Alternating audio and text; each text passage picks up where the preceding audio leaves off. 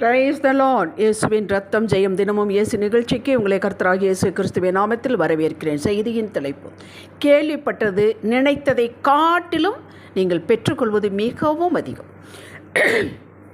ஆதார வசனம் யோவான் 10:41-42 வசனங்கள். அநேகர் அவரிடத்தில் இயேசுவிடத்தில் வந்து, யோவான் ஒரு அற்புதத்தையும் செய்யவில்லை, ஆகிலும் இவரை குறித்து யோவான் சொன்னதெல்லாம் மெய்யாயிருக்கிறது என்றார்கள். அவரிடத்தில் அநேகர் விசுவாசம் உள்ளவர்கள் ஆனார்கள். தேவ மக்களே, இயேசுவை குறித்து சொன்னதெல்லாம் மெய்யாயிருக்கிறது. இதுதான் ஹைலைட். இவர் பிறப்பதற்கு எத்தனையோ 100 ஆண்டுகளுக்கு முன்னமே பரலோகம் சொன்னது அது எழுதப்பட்டுள்ளது. வெவ்வேறு தீர்க்கதரிசியின் மூலமாக வெவ்வேறு காலகட்டத்திலே அத்தனையும் மெய்யாயிற்று. மோசேயின் நியாயப்பிரமாணம், தாவீதின் சங்கீதங்கள், தீர்க்கதரிசிகளின் ஆகமங்கள் எல்லாம் இவருடைய சிலுவை பாடுகள், மரித்தல், உயிர்த்தெழுதலை பற்றி பேசுகின்றன. அத்தனையும் மெய்யாயிற்று. லூக்கா 24:13-33 வரை நேரம் எடுத்து வாசித்து பாருங்கள். உயிர்த்தெழுந்த இயேசு முதலில் மகதலேனா மரியாளுக்கு தரிசனமானார். தம்மை உயிருள்ளவராக அவளுக்கு வெளிப்படுத்தினார். சீமோனுக்கு, பேதுருவுக்கு வெளிப்படுத்தினார். பின்பு 2 சீசர்கள் அன்றைய தினமே உயிர்த்தெழ அன்ற நாளை எம்மாவூர் என்ற கிராமத்துக்கு போய் கொண்டிருந்தார்கள்.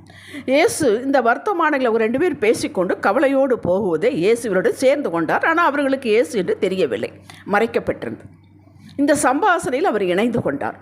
அப்பொழுது அவர்களை நோக்கி, தீர்க்கதரிசி சொன்ன யாவும் விசுவாசிக்கிறதுக்கு புத்தி இல்லாத மந்த இருதயம் உள்ளவர்களே, கிறிஸ்து விதமாக பாடுபட வேண்டும், தமது மகிமையில் பிரவேசிக்கவும் வேண்டியதில்லையா என்று சொல்லி மோசே முதலிய சகல தீர்க்கதரிசி எழுதின வேத வாக்கியங்களை எல்லாவற்றிலும் தம்மை குறித்து சொல்லியவைகளை அவர்களுக்கு விவரித்து காண்பித்தார். பின் நடந்த சம்பவங்களை நீங்கள் அறிவீர்கள். அவர்களோடு அவர் பந்தி இருக்கையில் அவர் அப்பத்தை எடுத்து ஆசீர்வதித்து அதை பிட்டு அவர்களுக்கு கொடுத்தார். அப்பொழுது அவருடைய கண்கள் திறக்கப்பட்டது, அவரை அறிந்தார்கள். உடனே அவர் அவர்களுக்கு மறைந்து போனார். வேதத்தில் சொல்லப்பட்ட காரியங்களில் ஒரு வார்த்தை, ஒரு எழுத்து கூட நிறைவேறாமல் போவதில்லை என்று கர்த்தரே சொல்லியிருக்கிறார். அவரை குறித்து சொன்ன காரியங்கள் எல்லாம் நிறைவேறிற்று, நிறைவேறி வருகின்றன, நிறைவேறப் போகின்றன. வெளிப்படுத்துகிற விசேஷம். இதற்கு எந்த என்டோர்ஸ்மெண்ட்டும் அவசியமில்லை. அவர் ஏன் மரித்து உயிர்த்தெழுந்தார்? அவரது கல்வாரி பாடுகள், வெற்று கல்லறை, உயிர்த்தெழுந்து நமக்கு என்ன செய்தது, செய்து கொண்டிருக்கிறது, செய்ய போகிறது? இதை வேதத்திலிருந்து உங்கள் செவிகள் கேட்க, ஆத்தும செவிகள் கேட்டு உணர வாசியுங்கள். இவைகள் சரித்திரம் அல்ல, நிகழ்காலம். ஏதோ நடந்து முடிந்துவிட்ட சரித்திரம் அல்ல, நிகழ்காலம். நின்று பேசுகிற, செயல்படுகின்ற நிகழ்காலங்கள். எத்தனை 1000 வருஷங்கள், ஆண்டுகள் ஆனாலும் அந்தந்த நாளில் வாசித்து விசுவாசிப்பவர்களுக்கு அது நிகழ்கால செய்தி. நிகழ்காலத்தில் அவர்களுக்கு கிரியை செய்யும். ஆண்டவர் ஒவ்வொரு விசுவாசிக்கும் உணர்த்துகிறாரோ, அவருடைய எதை காரியத்தை உணர்த்துகிறாரோ, எந்த வசனத்தை உணர்த்துகிறாரோ அப்படியே நடக்கும். 4 சுவிசேஷங்களிலும் அவர்கள் அப்படியே நடந்தார்கள் என்று பதிவு செய்யப்பட்டுள்ளது. மரித்தோர் உயிர் தெழுந்தனர், முடவர் நடந்தனர், செவிடர் ஊமையர் பேசினர், கேட்டனர், பிறவி குருடர்கள் பார்வை அடைந்தனர், பிசாசுகளால் பிடிபட்டு அலக்களிக்கப்பட்டோர் விடுதலை ஆனார்கள். கொஞ்சத்தை கொண்டு 1000 மாணவர்கள் சாப்பிட்டு திருப்தி அடைந்து மீதம் எடுத்தார்கள். இது மெய்யென்று கண்டார்கள். அன்று கண்டார்கள், இன்று தற்காலத்தில் தினந்தோறும் உலகத்தில் இந்த காரியங்கள் நடந்து வருகின்றன. விசுவாசிக்கிறவர்களுக்கு, எனக்கு நடக்க வேண்டும் என்று வேண்டி விரும்புபவர்களுக்கு நடந்தேறி வருகிறது. யோவான் 14:12 இயேசு சொன்னார், மெய்யாகவே நான் உங்களுக்கு சொல்கிறேன், நான் என் பிதாவினிடத்தில் போகிறபடியினால் என்னை விசுவாசிக்கிறவன் நான் செய்கிற கிரியைகளை தானும் செய்வான், இவைகளை பார்க்க பெரிய காரியங்களை செய்வான். கேட்டீர்களா? செய்தார்களே அப்போஸ்தலர்கள். உங்களை பற்றித்தான் சொல்கிறார். இன்று ஆவிக்குரிய சபைகளில் நடந்து வருகிறது. அவருடைய கல்வாரி பாடுகள், அவர் கொட்டின ரத்தம் விசுவாசிக்கிறவன் ஆக்கினையை அகற்றி விட்டு கொண்டிருக்கிறது, ரட்சிக்கிறது. அந்த ரத்தம் பிதாவிடம் சேர்க்கிறது. யோவான் 14:6 இயேசுவின் மூலமாக வெற்று கல்லறை, உயிர்த்தெழுந்த இயேசு நம்மை வாழ வைத்து கொண்டுதான் இருக்கிறார். இறுதி வரை, இறுதியில் நித்திய ஜீவனை கொடுக்கிறார். அந்த நித்திய ஜீவன் இப்பொழுதே நம்முடைய உரிமை சொத்தாகிவிட்டது. அது வெளிப்படும் நேரத்தில் வெளிப்படும். புது பிறப்பிலிருந்து நம்ம ரட்சிக்கப்பட்டதிலிருந்து இறுதி நித்திய ஜீவன் வரை சகலத்திற்கு கர்த்தர் பொறுப்பாளியாக, தகப்பனாக, நண்பனாக நின்று நடத்துகிறார். நாம் அவரோடு இணைந்து இருக்கும் வரை அவரை பற்றி சொல்லிய காரியங்கள் எப்படி எல்லாம் பதிவாகி அத்தனை நிறைவேறிற்றோ அதை போலவே அவர் நமக்கு வாக்குத்தத்தம் கொடுத்திருக்கிறார். அத்தனையும் நிறைவேறாமல் போகவே போகாது. நாம் தனியாக எதையும் செய்து வைக்குமோ வைக்காதோ என்று சந்தேகப்பட வேண்டியதில்லை. முடிவு பரியந்து நான் உன்னோடு இருக்கிறேன், நான் உன்னை விட்டு விலகுவதும் இல்லை, கைவிடுவதும் இல்லை, உன்னை உயர்த்துவேன், தப்புவிப்பேன், விடுதலையாக செய்வேன், இளைப்பாறுதல் தருவேன். இப்படி ஆயிரக்கணக்கான வாக்குகள் கேள்விப்படுகிறோம், பெற்றுக்கொள்கிறோம் அல்லவா? அவை அனைத்தும் மெய்யாயிற்று என்று ஒவ்வொருவர் வாழ்விலும் நிரூபணமாகும். நம்பினவர்களுக்கு நீங்கள் நம்பி கையில் எடுத்த விசுவாசத்தை அறிக்கை செய்து ஜெபித்த விண்ணப்பித்த காரியங்களில் ஒன்றாகில நிறைவேறாமல் போவதில்லை. அவருடைய காரியங்கள் எப்படி மெய்யாய் நிறைவேறிற்றோ அவர் சொன்னதும் மெய்யாய் எக்காலத்திலும் நிறைவேறும். நிறைவேறவில்லை என்ற சரித்திரம் இல்லை. பின்ன உங்களுக்கு மட்டும் எப்படி அப்படி இப்படி நிறைவேறாமல் போகும்?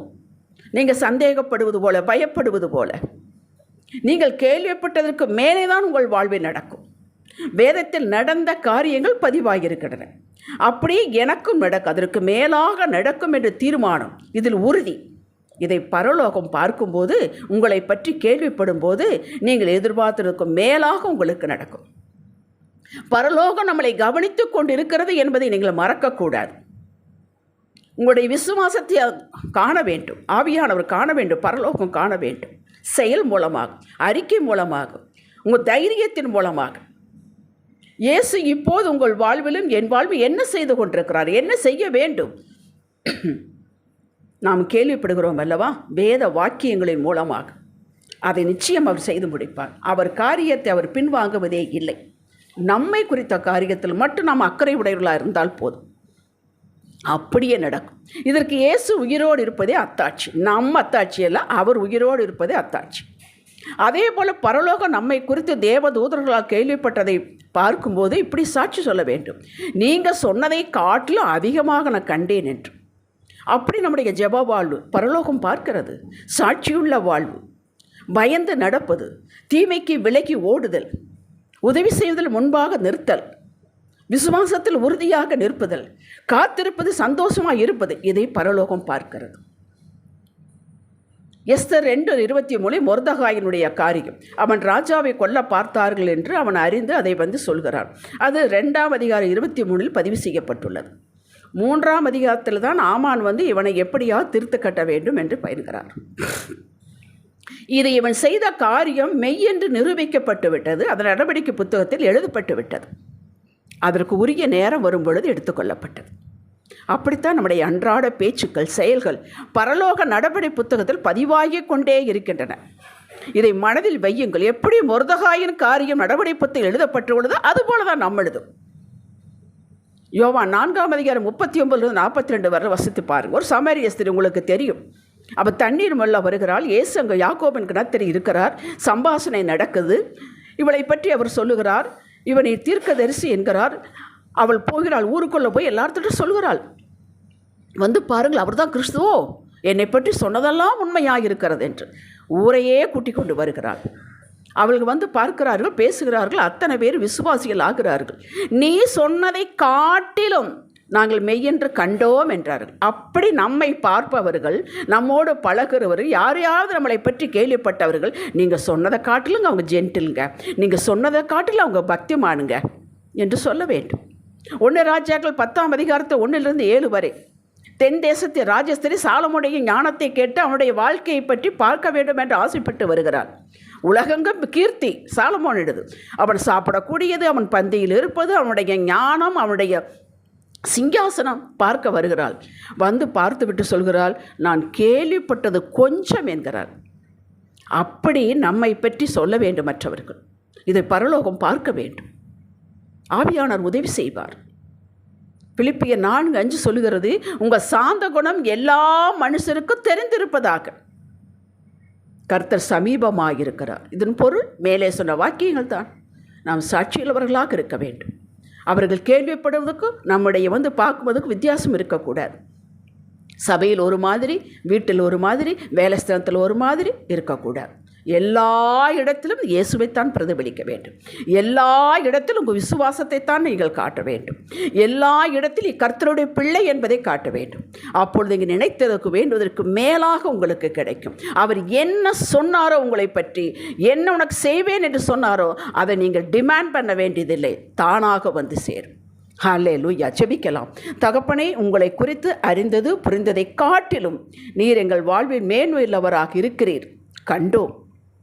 கர்த்தாவே, நாங்களும் உங்களை மகிமைப்படுத்தும் பாத்திரங்களாக இருப்பதை நீர் பார்க்க வேண்டும், கேட்க வேண்டும், நீர் மகிழ வேண்டும் விரும்புகிறோம். உங்கள் ஆவியானவர் உதவி செய்வாராக. இயேசுவே நாமத்தில் பிதாவே. இன்றைய சிந்தனைக்கு பரலோகம் எந்நேரமும் அடியானை கவனிக்கிறது என்பதில் நான் கவனமாக இருக்கிறேன். ஆமேன். ஹல்லேலூயா.